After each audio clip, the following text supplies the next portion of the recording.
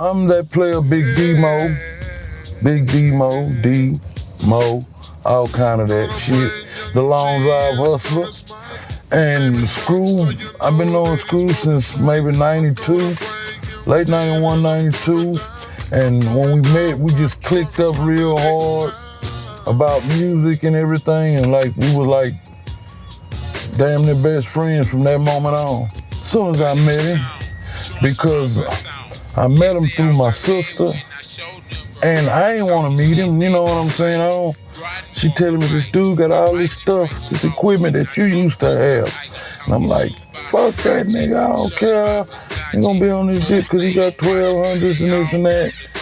And she always told me this for like maybe a year or two, you know, about meeting this dude. And I'm like, man, fuck this nigga, you know. And so one day she called me. Well, actually, one day I was helping her move, me and Kesey, and we heard a tape, mixtape. That motherfucker was jamming. It had like old shit, like Run DMC, Houdini and all of that. But it was slow. It was like slow. And I was like, what the fuck? And I was like, damn, what's wrong with your radio? You know, it was a console. I knew it didn't have no battery, so I'm like, what the fuck? And she was like, that's my homeboy I was telling you about. He got a different style. You know, he make tapes, man. I was like, yeah, that one right there, he got that jam and that sound good. And so about a week later, she called me and she was like, I need you to go pick up my tape from my partner, DJ Screw. And I'm like, man, I'm not going by this nigga's house, man. I don't know this man. And she was like, D-Mo, he stay right by Long Drive. I'm like, no shit. And I was like, okay, I'll go by there. And she gave me his beeper number. She say, call him. No, she gave me his home number. And she say, beep him, let him know you coming. And then when you get to this payphone, you'll call him. And so I called him like, I'm at Pilgrims, I'm at the cleaners. He was like, you know, come on down Greenstone, blah, blah, blah. And so I pulled up on the street. Before I even got there, I could see a little short dude standing out there with his, you know, arms crossed. And I'm like, that must be him. So I pulled up and he was like, so you D-Mo? And I was like, yeah. And I was like, so you Screw? And we both just laughed for a while, chuckled, because we know how the hell my sister been bugging the both of us to meet each other. So we tripped out, had an inside moment on that for a little bit. And then we just got into it and like, it went from daytime to nighttime real quick. And we just chopped it up that same day as the day I met Fat Pat and Hawk. Fat Pat pull up and like, we ready to do the tape or whatever. He like, man, I'm chilling with my partner, D-Mo, he out there Long Drive, just come back. And he's like, all right, my brother's gonna come through here, boom, same thing. Hawk was like, you ready? We like, I'm chilling with my homeboy out there Long Drive, D-Mo, blah, blah, this and that. Y'all come back, I'm gonna hit y'all. And he was like, okay. And you know, I met the both niggas, what's up, blah, blah, blah, blah. And shit, that was the beginning of the history right there. Like, and like that night when I left school, he was like, hit me. And I was like, okay, but I didn't hit it, you know. And I ended up hitting him like maybe 2 days later. He was like, I told you to hit me. I was like, shoot, I know, but I know you don't really know me like that. Like, man, I told you to hit me. And shoot, I went over there and kicked it with him, made my first tape live. And live was nothing, because like most every tape I did, I went live. Few tapes I had lists from going out of town and stuff, but it was just always good for me. But like I say, from that first moment I met him, I knew he was the real deal, and he touched me that quick. So he must touch everyone. Well, the answer is D, all of the above. Because if it's not jamming the Screw, you figure it ain't jamming to you. And you can't even make a Screw if it's not jamming. Like songs of today, a lot of songs that came out after he passed, you would not hear that on a Screw because he may not feel it's authentic enough for him. You know, it don't have that edge to it. And like, you might make a list, but he gonna throw you some songs on there you probably never heard. And when you sing, you gonna be, man, what's that? Nah, that shit was jamming, you know. He know what to do, bro. He know what to do, man. He know what to do, and that's just it. It's a few things that, number one, it was on some break 'em off type shit. It's a long ass flow with many different niggas from different hoods. And Youngster, Big Pokey, killing it. The tape was not supposed to be that long, the song, because I made screws every week. So talking on the tape, if you know my screw tape, you know after a while you stop hearing shout outs and all that kind of shit, because talking on the screw that got old of me, we done that, okay, we done that. I would have a shout out song, that's gonna be the only time you hear those shouts, hear people's voices. We ain't gonna talk over the music, we gonna jam the music, we gonna have a shout out song, and if we flow, we gonna flow one song and get it over with. But like, that night, it was magical from the jump, because the story of June 27 is Dancing Candy. And that's the tape we made a week before. And the fact that I fell asleep on that tape, and it was my tape, and didn't get the flow, it was the first tape with Big Mo. He had already did it 3 in the morning, but as far as him just on the tape wrecking it, it was the first one.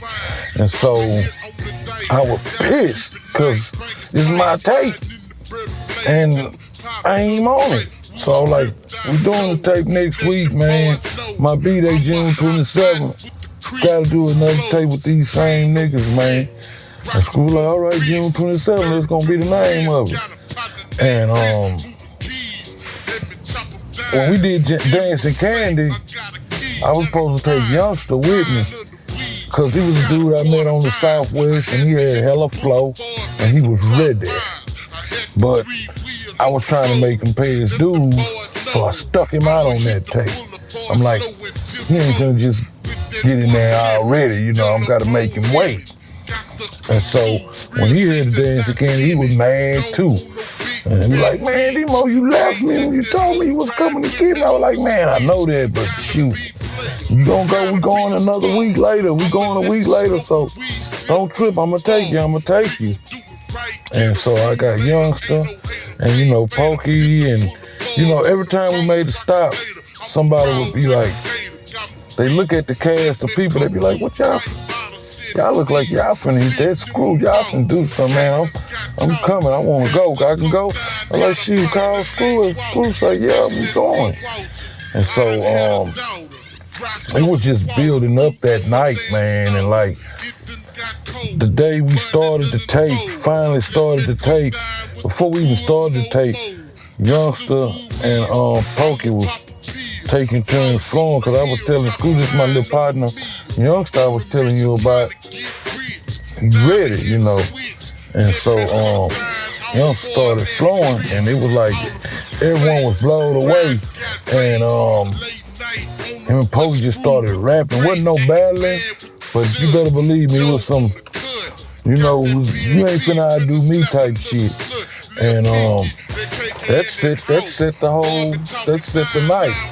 Haircut Joe say, let's stop rapping.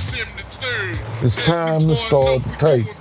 And shoot, it's like, as the night went on, like, making the mix of the tape, everybody was like, you had a whole tape and almost half a tape to build up to this flow. And so everybody was excited, and man, once it started, like, we all kind of deep down knew that it was something golden happening. We knew it was something magical happening, because Plato got the whole thing on video. He videoed the whole thing, and like, people don't even realize Plato was there, you know, but man, it was just an epic night. I would say had to be a night where me, him, and Kesey, we went to the Dead End to get some drink. And before we left, we went by my house. And I wanted to get something or whatever. And I'll never forget, it was pouring down raining. And Long Drive used to be a golf course, so it's got a lot of wide open spots where it might be a lot of water. And I can remember getting out the car, running into the house. And as soon as I got out the car and started running, feet went up, ass went down, pouring down rain. I'm laying in about 3 inches of water with my beeper in my hand, just taking in all the water like a sponge. I couldn't do nothing but sit there and take it. I sat there about 10 minutes, just fuck it. And I knew they was in the car laughing because, come on, a big nigga falling, that's comedy, nigga. So it was comedy. I went in the house, the chain came out like nothing happened. In the process, I done really forgot about it.